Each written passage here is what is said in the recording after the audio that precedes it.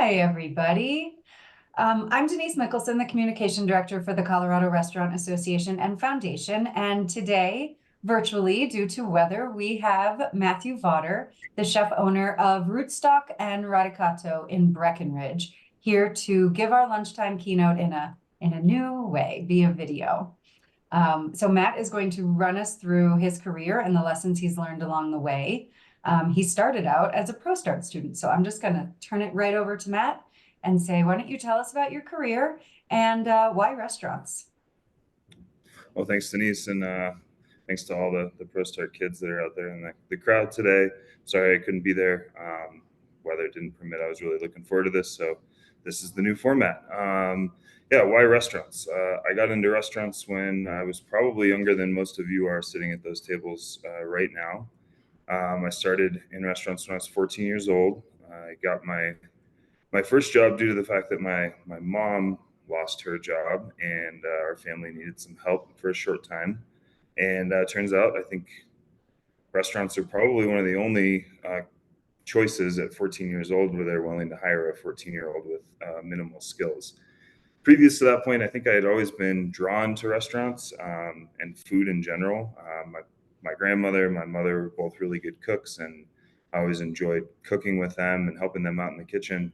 When I would visit my grandparents, my grandmother specifically would take me out to nice restaurants, and there were several occasions where she'd let me visit the kitchen or meet the chef. And I think there was always a little bit of intrigue there, but hadn't really done much with it until I got into the restaurant. I started as a busboy, so literally just bussing dirty dishes in a diner-esque kind of breakfast restaurant. I worked Friday nights, Saturday and Sunday mornings. It was a very, very busy restaurant, and I learned how to move quick, and I had a lot of older people telling me to move quick, and that's kind of how it all started. After that happened, after I got that job and I was in that job for a couple of months, I found myself kind of drifting towards the kitchen at the end of my shifts and just watching what was going on. The energy, the volume, the camaraderie that was happening in the kitchen, I think it just kind of drew me in. It didn't really take a whole lot of time before someone back in the kitchen, threw me a sack of potatoes and said, "Hey, get to work if you're going to be standing back here." And I've been cooking ever since. So that would be what got me into restaurants. That's right. So what appealed to you about that kitchen environment? Yeah, I think that teamwork, the camaraderie. I played a lot of sports growing up, and it kind of reminded me of that. People in individual roles trying to achieve a common goal, which is restaurants in general, but specifically, I think I was drawn to the kitchen. I think the intensity when you hit that Friday night rush and it's super busy at 7:30 p.m. and you have to be focused, you have to be in that moment, and it's fun. I think that's the biggest part is it's just fun. And then when you serve someone a great meal, when you serve someone something that's really tasty, seeing that look on their face, um, that's what keeps me coming back day in and day out. Right. Yeah. Well, other than throwing you a bag of potatoes to peel, what else did you learn in that role? I mean, I assume that they let you eventually get on the line, but there's a little story there, Yeah. right? Yeah, I got on the line. I started on the breakfast line, flipping pancakes and making, home fried potatoes. And I still can hear those chefs back then yelling, 48 pancakes on hold and just really getting crushed. I think I enjoyed that part, but it made me realize that I wanted to be in a serious kitchen. I wanted to be in a serious environment. I wanted to learn more about ingredients. I wanted to learn more about technique. I wanted to be in fine dining, and that gave me the exposure, but also gave me the ideas that I wanted more, and I could probably achieve more. So. Right. So what happened after that? So that was a diner experience. You knew you wanted to do fine dining. Where did you go from there? So my sophomore year, I believe I was trying to think back and remember this, but I believe that it was all the sophomores in the high school had to do a job shadow for a day, and I think most of the kids just went and shadowed their parents in whatever job they had. I remember specifically, I grew up here in Summit County, so there were some kids that went and shadowed the ski patrol for the day. Some people went to doctor's offices or physical therapy offices, things like that. I went to my dad and said, "Hey, I know you know Chef David Welch at the Keystone Ranch. I'd like to do my job shadow there and see what a real chef's all about." So the chef let me do it. I showed up for my job shadow or shift. At the time, he was calling it a stage. I didn't know what a stage was. Now I obviously know what a stage is, but he tasked me with making family meal, which in most restaurants is the meal that everyone on the staff sits down and eats prior to the service, and it's intended to fuel the team and bring that family element before service every day. That's why it's called family meal. And he had set aside a bunch of ingredients, and I was tasked with making a stir fry essentially. I needed to make rice from scratch. I needed to prep a bunch of vegetables, and I had some sort of steak or meat item, and then a bunch of Asian ingredients that I had no clue I had never used before in my life, and make stir fry, make some sort of rice dish. And I flailed miserably. It took me forever. The sous chef had to jump in and bail me out. And I mean, there's 35. I think there's 35 people on the staff, so I mean, it was a large meal that I had to produce. And I didn't realize, but the chef at the time was definitely checking my skill level and trying to understand where I was as a cook. I think he was sizing me up to see if I wanted to work there or something like that at the time, and it didn't go well. But I learned a lot. I got the meal up, and we all enjoyed it as a family. And then I was able to witness service that night, and I was just taken back and blown away by what I saw. It was very old school kitchen. Chef stood at the front of the kitchen and conducted service verbally through calling all the tickets out. Nobody had printed tickets on the line or on any of the stations, and the chefs and the cooks and the apprentices were all required to remember what was going on and execute service. But we did a prefix 7-course tasting menu with choices on 4 of the courses, I believe. So there's a lot of information, especially as a 15-year-old kid. I'd never been exposed to something like that, but I was immediately, I knew I was in the right place, and this is where I needed to be if I wanted to learn. That's amazing. I still feel a bit of nerves about that family meal. That's a lot of pressure. It's how it goes.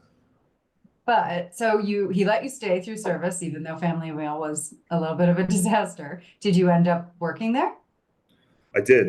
So I went to chef at the end of the night, and I said, "Hey, I'd really love to be part of your team.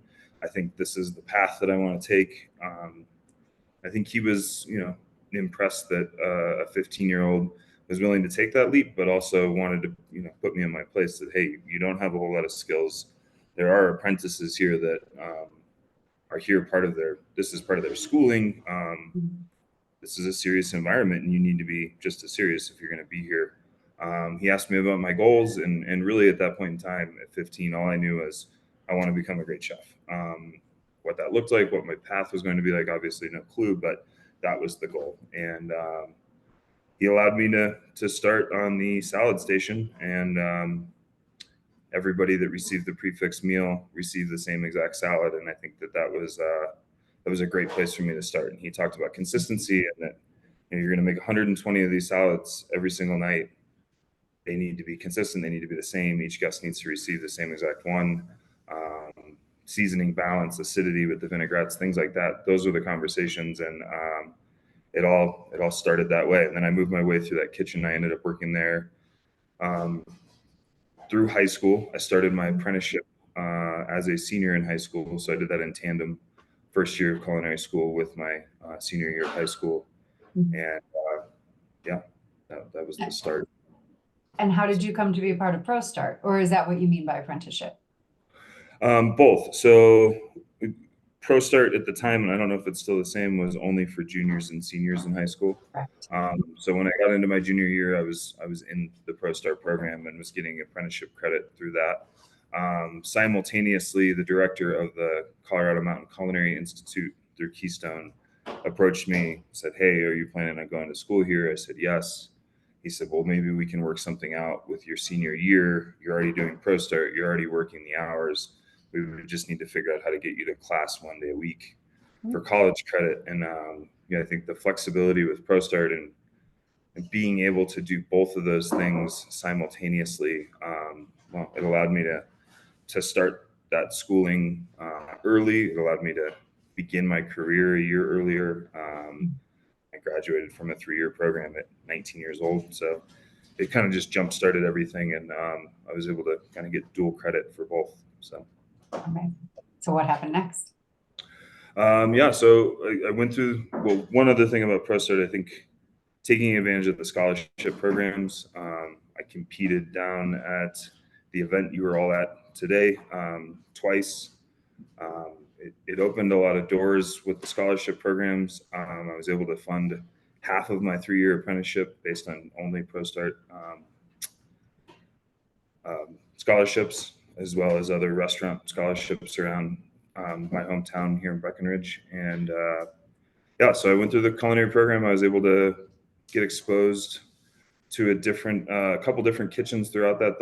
The whole basis of that apprenticeship program is 3 years of foundational culinary technique and skill done within a working environment with 1 day a week of traditional classroom education. It's an ECF accredited program. So we basically were employees of Vail Resorts and Keystone Resort. And every 6 months you were supposed to transfer to a different outlet, giving you exposure to banquet operations, hotel dining, where there's restaurants on site with room service and also banquet facilities. There were 3 fine dining restaurants on the property. There was a breakfast restaurant on the property. So all of this was geared towards exposure, foundational skills, and then the idea that when you graduate in 3 years, you're able to kind of make a decision on what route you want to go in the business because you've had exposure to all of it, with the exception of maybe a cruise ship, which doesn't exist in Keystone. But so I graduated from that at 19, and that was in 2005. Decided that it was time to kind of spread my wings and move from Keystone Resort and Vail Resort specifically. I moved over to Breckenridge and was part of an opening team at a restaurant called The Cellar. The chef at the time, he's an alumni of the Charlie Trotter kind of era. He worked at Trotter's in Chicago, had bounced around the mountains, and then ended up here in Breckenridge to open this restaurant. We had a sister restaurant in Frisco as well. Really, the first time I was exposed to hyper seasonal cuisine, a whole different list of techniques and things that I hadn't seen in Keystone, and I think that moment was really humbling. After spending nearly 5 years with Vail Resorts and kind of moving through the kitchens and graduating from the program, I think I had developed a bit of an ego and I thought I knew a thing or two. And I showed up in this kitchen. It was very clear that I didn't, and that there was a lot to learn. There was a whole different way to look at things. The seasonal aspect of understanding what grows in the spring versus what grows in the summer, versus what grows in the winter, and how you treat those ingredients differently was a pretty foreign concept coming out of Keystone. So there was a lot to learn. I learned a ton from him. He was a really great chef, tough guy, but really great chef. And then I had worked my way up to his sous chef, and then he left the restaurant group and moved back to Telluride. And I found myself, which is common in mountain areas, you're kind of the last employee standing at the end of the season, and you have a good work ethic, and the owner was ready to promote me. I was 21 years old, thought that I, again, now had gotten to this place where I thought I knew a thing or two, and he offered me the chef de cuisine or the chef job. Naturally, I jumped at it and said, I got my first title. I'm a chef now. Turns out I was definitely not ready for that position at that point in time. Came to the realization, I think, that in order to teach people, which is what a chef needs to be able to do, to really share that knowledge and lead a team in the direction, you have to have mastery of those skills. And I clearly didn't. I was 21 years old. I mean, I didn't have any mastery of anything. So coming to that realization, made me realize that I needed to leave the mountains, which is a tough decision because I really enjoyed my lifestyle, being outside, being in the mountains, skiing, mountain biking. But in order to push my career and learn and get to the place that I thought I was capable of getting to as a chef and as a person in the restaurant business, I needed to be in a metropolitan area where there was a dining scene, other chefs, like-minded cooks that were going to be pushing the same way that I was interested in pushing. And so I moved to Denver in 2007. Started working for a guy named Alex Seidel at his first restaurant, Fruition Restaurant, back in the early days. I think the restaurant had only been open for 7 months when I got there. Yeah, that was, again, going back to that kind of humbling moment, walking into a kitchen full of 22, 23-year-old professionals, not 22, 23-year-old ski bums that were serious about their craft, serious about wanting to become a great chef, a chef that was incredibly serious at that point in time, and just an intensity within the kitchen that I hadn't witnessed yet. But I loved every minute of it, and fell right into place. I think what's really special about that group of people is we stayed together for probably 4 to 5 years. That initial group that was there when I showed up, and I think all but one of those guys is out doing great things around the country.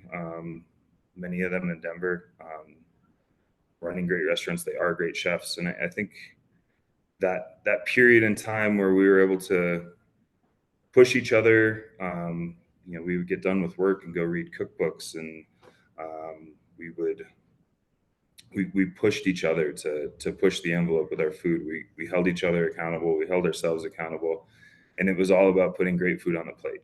And it was a special time. It was a special time. So That's amazing. And what was your path then with Alex and Fruition? Because I know eventually Mercantile came along, right? correct. Yeah. So I had worked my way. I started back at the very bottom of the barrel on Garmager when I showed up to Fruition. Moved my way through the kitchen over the course of a couple of years. Eventually became the chef de cuisine. Was a sous chef for a while, and then the chef de cuisine, which was probably a 5-year gap in between the last time that I had accepted a chef job. And then had kind of hit a point where maybe I was plateauing and it was time to look for something else. And that's when Alex and I decided to partner and open Mercantile Dining and Provision in downtown Denver at Union Station, which conceptually that was a big bite: breakfast, lunch, dinner, 5,000 square foot space. We did a little bit of everything, whether that was viennoiserie and making our own croissant, jarring and canning and preserving, charcuterie, just kind of everything that you can think of with food. We were attempting it at some point, and then completely flipping the restaurant into like a fine dining model by night. Again, another really special time. Worked with a lot of amazing people that work for me and with me here at Rootstock and Radicato now. But definitely without that experience and that time that I put into that restaurant, no way does any of this exist, because I don't have the confidence, the experience, the connections necessary to be able to put a restaurant like Rootstock or Radicato together. That's what I was going to say. It sounds like that culminating experience in Denver was what allowed you to go back home and do the same thing where you started. Is that right? Absolutely. I think that 14-year span that I was in Denver, the foundational skills, the ability to manage people, the connections that I built with farmers and producers and other chefs from around the country, other employees. I think without that, this never, I'd say this because I'm in the restaurant right now, but none of it exists. Right. So, yeah. So what year did you move back home to Breck and open up Rootstalk? Right in the middle of the pandemic. Probably most would say the worst possible time ever to try to open a restaurant. So I purchased the business on October 7th of 2020. We immediately went into a remodel, and this is Rootstock. That was the first one. Immediately went into a remodel. The plan was a 2-month remodel and open somewhere around the 1st of December. Well, I think it was 3 weeks after we started the remodel, restaurants got kicked down to 25% capacity. I think 3 weeks later, they got shut down completely. And I was already, well invested into what was going on, and just kind of had to ride it out. So we opened the restaurant on December 10th. The rumor was that it feels weird even talking about some of this stuff, but the 5-star program was going to take place on December 18th. And on December 10th, we decided to open to outdoor and to go. And it was mainly just to get some reps in the restaurant, in the kitchen, see how the bar worked, see how the stoves worked, knowing that we were heading into a busy Christmas season and we might be able to seat people indoors. So 8 days of outdoor dining and to-go food, and then we were able to seat at 25% capacity throughout the rest of that winter. And then it went to, I think it jumped to 50 for a short time, and then that May we were able to open up and fully and welcome people into our space. But May of 21, and yeah, I think at the time it was stressful. At the time it was a lot of people told me I was crazy. But looking back on it, I think it was a blessing in disguise. We got to grow into the space. We really got to understand how the space worked, what we needed to make adjustments to, and things like that. So. And then when did Radicato come along? Radicato was a gentleman that I worked for named Matt Fackler. When I was my last rotation in my apprenticeship in Keystone, he had opened his own restaurant in the same space called Relish right after I had worked for him in Keystone. And he ran that restaurant for 16 years. He's always been a really good friend of mine. I would consider him a mentor of mine. He's the one that told me about fruition when I was thinking about making the move to Denver. He's had a great career. He was ready to be done with that restaurant, and he offered it to us as his first choice of people to purchase it and create a new restaurant. So we jumped at it. It's a really amazing space. Sits over the Blue River in the plaza, and you look down on the river. In this big open plaza, this time of year, it's all lit by 1 million Christmas lights, and it's a special space. So we jumped at it, and Radicato is, I think Italian food, pasta specifically, is something that's always been exciting to me. I've always really enjoyed making it. I've enjoyed traveling to Italy, but it's always only been a piece of my cuisine and my menus that I put together. So leaning into that fully and creating a restaurant that was all about that was exciting. And I think it filled a void for the community as well. I think that's something the town of Breckenridge needed, was an upscale Italian restaurant. And how many people do you employ now across the two restaurants? We're between 75 and 85 between What the a two long, restaurants. what a long way you have come from that 14-year-old busser. Absolutely, but I wouldn't change a thing. It's been a lot of fun. I've met a lot of great people, and it's been a great ride. 25 years, 24 years. So. Well, I know the kids have to get back to the competition. Well, actually, the awards, since the competition day was changed a little bit this year.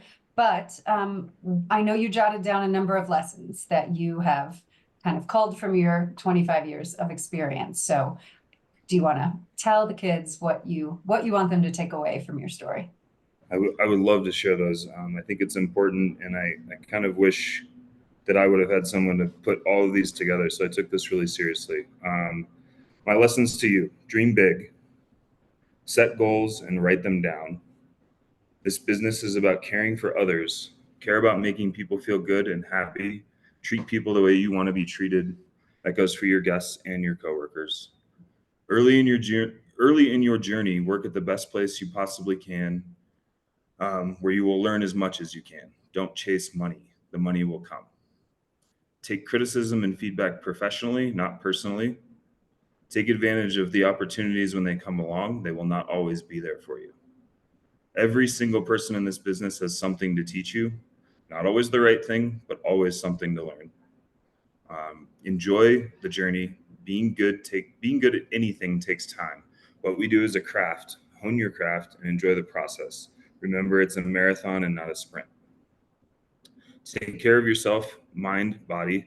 This business is hard. It takes a lot of your time. Find what your release is outside of work and be consistent in making sure it's always a priority. Your longevity in this business depends upon it. Know going into this that if you want to be successful, it will require sacrifice. You will have to make tough decisions to push your career further. Be present in the moment. And I think just this business can open so many doors. As I said in the beginning of this, I got my first job in this business to help my family pay rent. I've been fortunate enough to travel around the world, dine around the world, cook around the world. I've met people that I've owned cookbooks by and cooked side by side with them. I own 2 restaurants now and get to employ 80 people. The sky's the limit. It's an amazing business, but you have to care about making people happy and you have to care about putting quality on the plate. So, yeah. There it is. That's it. There it is. Yeah. That's how to do it. Thank you so much, Matt. Yeah, thanks for having me. And sorry again, I couldn't be there. Hope you all had a great day, and congratulations to all of you for competing today. Thank you so much. Thanks.